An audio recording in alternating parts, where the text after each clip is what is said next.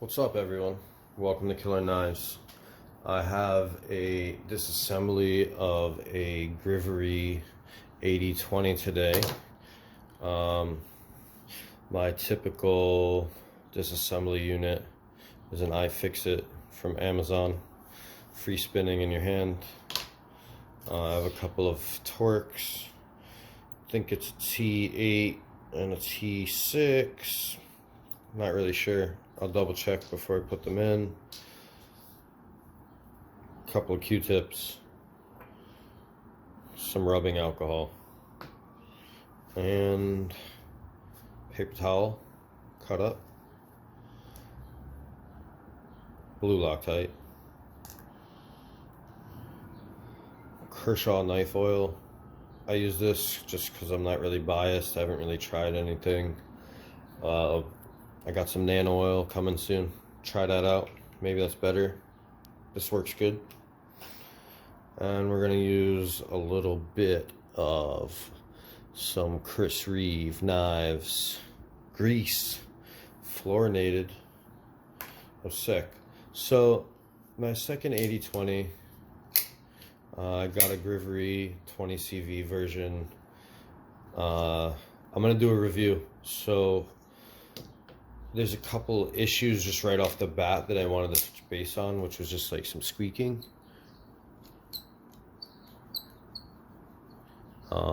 Which I think is happening between the lock bar and the blade itself.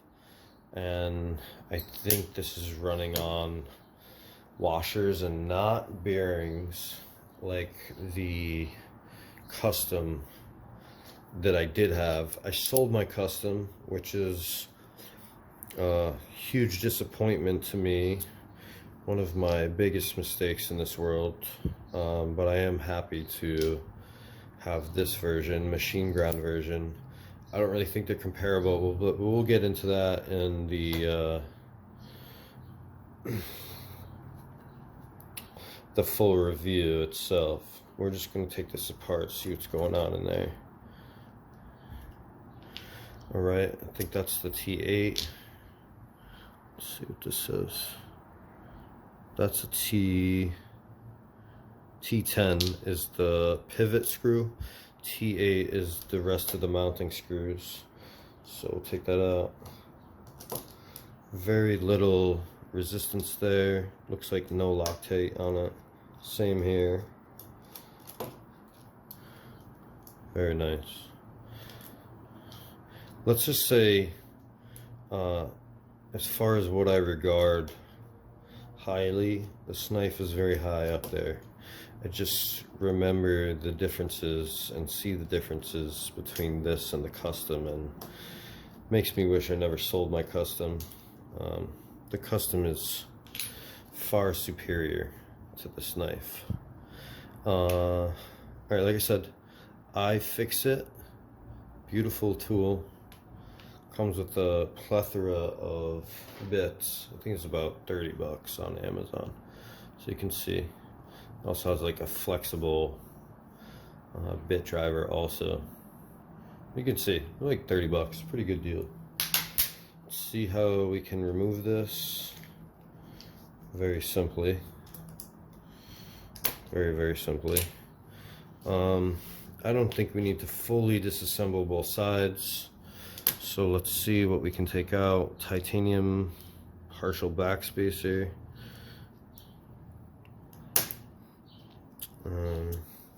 Anytime I have an issue, generally just switch my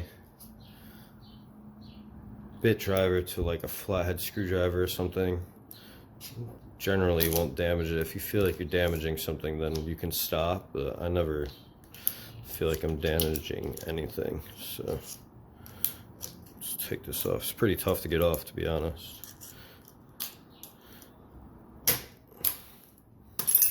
Boom. This one flying, spring, partial titanium backspacer. I'm sorry, handle liner. We're gonna clean that up. We can clean this up. You can see there's definitely a little residue here. Maybe creating some issues. This is straight out of the factory. You can see all of that. We're gonna wipe that up, make it nice again, and we'll clean this. This is on bearings, surprisingly. It was making a lot of squeaking sounds, so I'm very surprised, honestly. I even checked Knife Center's website, I think. It said it was on, what do you call it? On washers, so cool. I'm really happy it's not on washers, mainly just for the price point. You know, I don't know if a washer or a bearing is more expensive, but a more expensive knife should be running on bearings because, you know, it's more of a keep safe knife and you're going to want it to run as smooth as possible. Well, I'm just going to start cleaning this up with a Q-tip, and I'm dipping it in the rubbing alcohol very simply just by swirling it around. Okay, just fully submerged in there. Rubbing alcohol, the beauty of it is that it evaporates at room temperature, so you don't have to worry about really using too much. It evaporates very quickly and it's extremely sterile and will clean up most dirt that you encounter, especially on a folding EDC knife such as this. Alright, I'm going to remove the next bearing. We'll clean those individually. Dip your Q-tip again in the rubbing alcohol. And just swirl that around where the bearing was. We're going to put some oil there soon. Same thing with the blade where the bearings were. And you can see there's a good amount of dirt coming off of there. Once again, in between the pivot hole.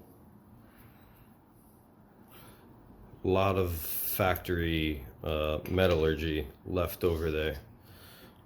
Just keep that in mind, guys, you know, especially when you're dealing with like a custom knife or like this, more of a production version of a custom knife, that you're going to run across a lot of extra particles in your knife when you receive it at this price point being $350. So check this side. We're just going to clean that up really quick. It's pretty clean. Could have a little residue here. Just get rid of it. Keep it nice and clean. You can see there's a little bit on there.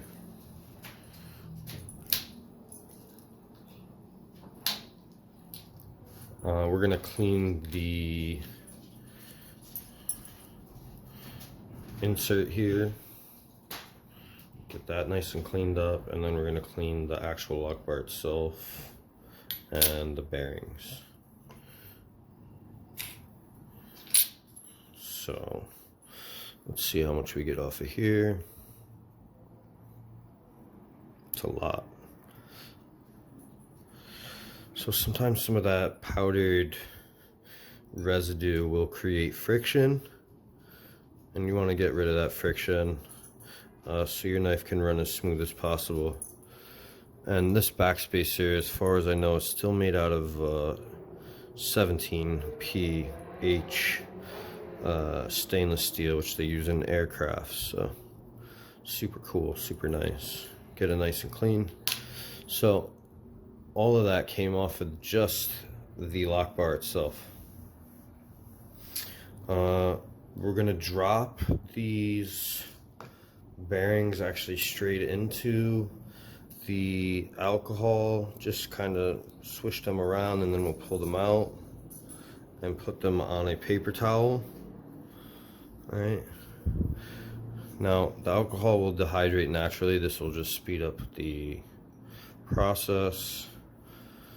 Boom. And we'll move these around really quick, front and back. Get them nice and clean. And you'll feel the little balls just moving around your finger. That's perfect. They're moving. They're getting clean. All right. So for the bearings, you're gonna want actual knife oil. Whatever your preference is, go ahead and use your preference. I actually really like the Kershaw knife oil, so I'm not like mad I'm using it. I don't think everybody uses it, but these bearings actually have two different sides. So there's an indented version here and an outward version here that has no indent. You're gonna put the no indent into this facing down, so the indented is facing up. Place the blade back. More knife oil into this pivot hole where the bearing will rest. Once again, you're going to invert this, so the part that has the indentation, which is this side, as opposed to the side that has a curved over side, you're going to put the curved side up here. Boom. Just to set yourself up, you're going to want to put this back into place. Pops right back into place. All right. Then you have the lock bar itself. Right. Let's see. This is kind of an experiment. I think it's there with the spring. It's the first time I took an AD20 apart, so just bear with me. Let's see here.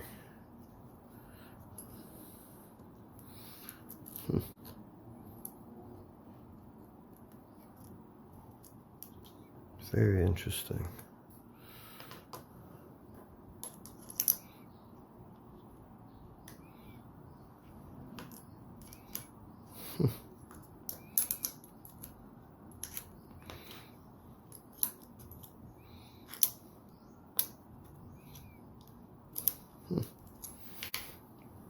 Try this by removing it first.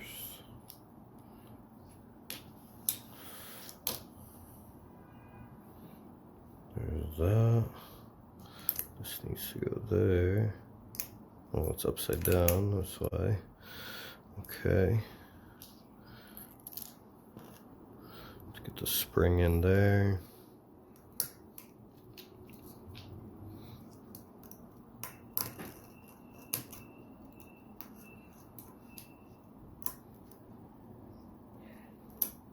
Boom.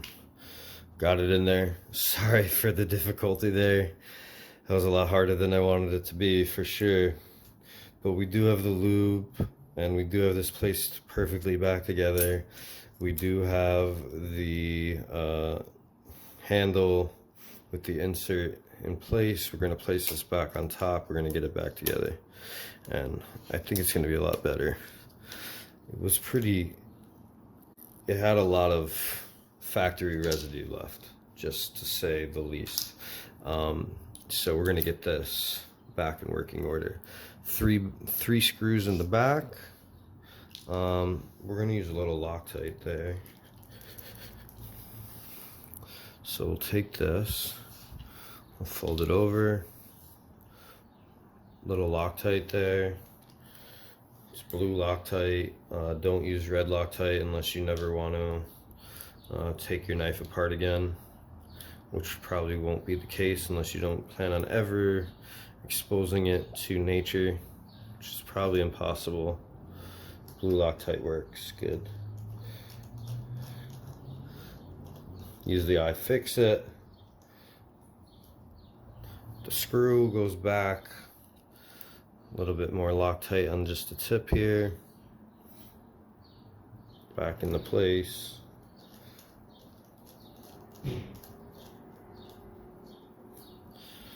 One more screw that is a T8. A little more Loctite. shit. Don't worry if you get any Loctite on the handle or something. It'll wipe right off until it dries. Even when it dries, you should be able to break it off. No problem. So get all those tightened up, check them out, double check that they're nice and tight.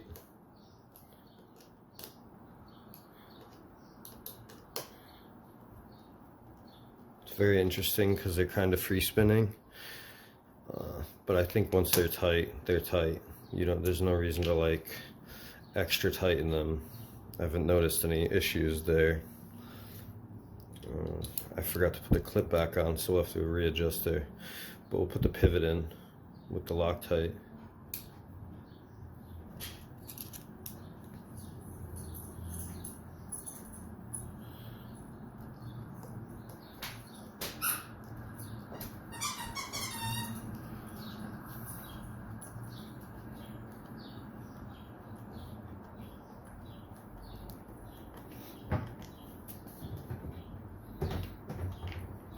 Alright, so you have that. Now we have to actually remove this again and reinsert the clip, which is probably why these are spinning so much.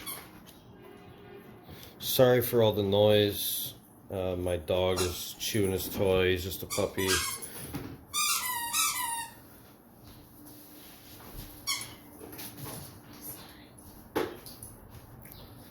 Take this out. Yeah, that's why these are so free spinning, because I forgot to put the clip.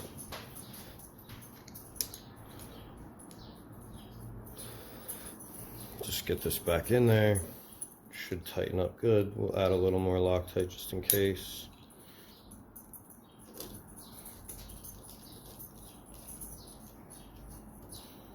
Get it nice and tight. I really think the action is going to be far superior at this point. After seeing everything, we're going to put a little bit of the grease on the actual lock bar between the lock bar and the blade, which I think will actually really help. So get this worked in. The bearings were super dry on here, which is fine, especially straight from the company or the factory, but bearings do need to be lubricated. And then right here in between the lock face and the blade, I'm gonna actually put a little grease. This is the fluorinated grease. I'm gonna work that in there. I think that will really help develop a little more smoothness. And you can tell there's no squeaking, nothing. So already mission accomplished. No sound, very smooth, easy to open, easy to close. Very nice. I was honestly like under the impression that this was running on washers for a while because it was pretty stiff. But yeah, I'm gonna post a review of this coming up shortly. That's how to disassemble and reassemble your Andrew Demko AD20 anyone. This is the Grivory version, G10, and the custom version. It's gonna work just the same. And this is beautiful action right now. Have a killer day. This is Killer Knives.